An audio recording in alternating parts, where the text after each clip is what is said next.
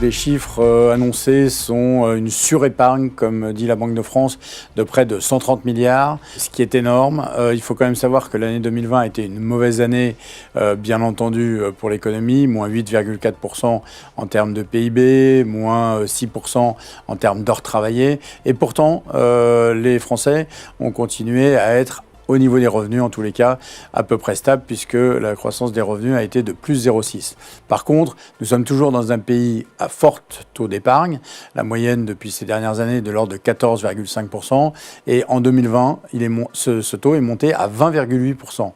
Pourquoi ? Comme disait John Maynard Keynes à la fin des années 30, il est préférable que vous consommiez pour maintenir votre travail. Garder de l'argent dans son bas de laine, comme on dit vulgairement, eh bien ça ne sert à rien, ni pour l'économie, ni pour la relance, ni bien entendu pour permettre un retour à une croissance normale. Et c'est ça qu'il faut qu'on modifie.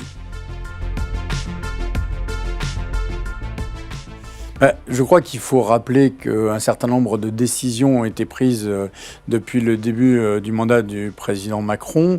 Ça a été le cas, bien entendu, sur la modification de l'ISF qui ne se porte que sur l'immobilier, même si on peut toujours regretter que ces taxations continuent. Ça a été le cas avec ce qu'on appelle le PFU, le prélèvement forfaitaire unifié, qui fait que nous ne payons plus en fonction de nos revenus sur les plus-values de réalisation, mais sur un taux de 30% forfaitaire pour ceux qui sont à des taux supérieurs.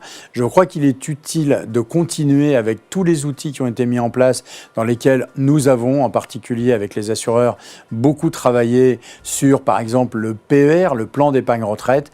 Il y a des offres de placement long, il y a des offres de placement de financement de l'économie. Il faut que cet argent que nous avons la chance d'avoir soit de l'argent qui profite à tous. Quand je dis profite à tous, c'est profite à l'économie, profite au remplacement des aides d'État et à la sortie, je suis sûr que la relance, le rebond, comme je dis parfois, permettra à tous d'avoir effectivement des rendements meilleurs sur un capital épargné pour une longue vie. Je crois qu'il est utile de se prendre en main sur cette épargne long terme et c'est vraiment les chemins sur lesquels nous voulons entraîner avec l'ensemble des distributeurs, CGP, SIF en particulier et Réseau, l'ensemble des épargnants français. Il y a deux niveaux, il y a un niveau éducatif structurel, puis un niveau informatif. Et puis il y a surtout une confiance dans l'avenir et dans la non-surtaxation. On a toujours ce problème en France de taxation qui évolue et donc tout le monde s'angoisse. Moi je pense qu'au niveau éducatif, montrer aux gens qu'il faut qu'ils définissent des placements et des destinations de placement me paraîtrait être une bonne idée parce que avoir tout dans la même séquence, c'est-à-dire très court, liquidité absolue, ne correspond pas aux besoins qui seront les leurs demain. L'autre, c'est l'information.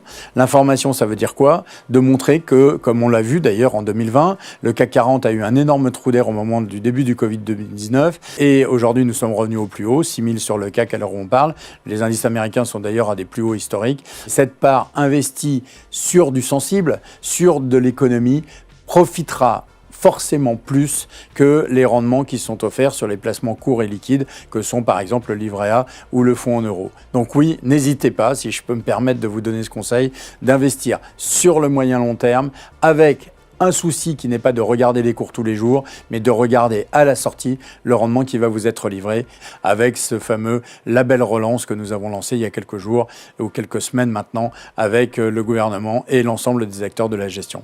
Merci à vous de me faire confiance là-dessus. Vraiment, regardez et faites du long terme. Vous y gagnerez à la sortie, j'en suis sûr.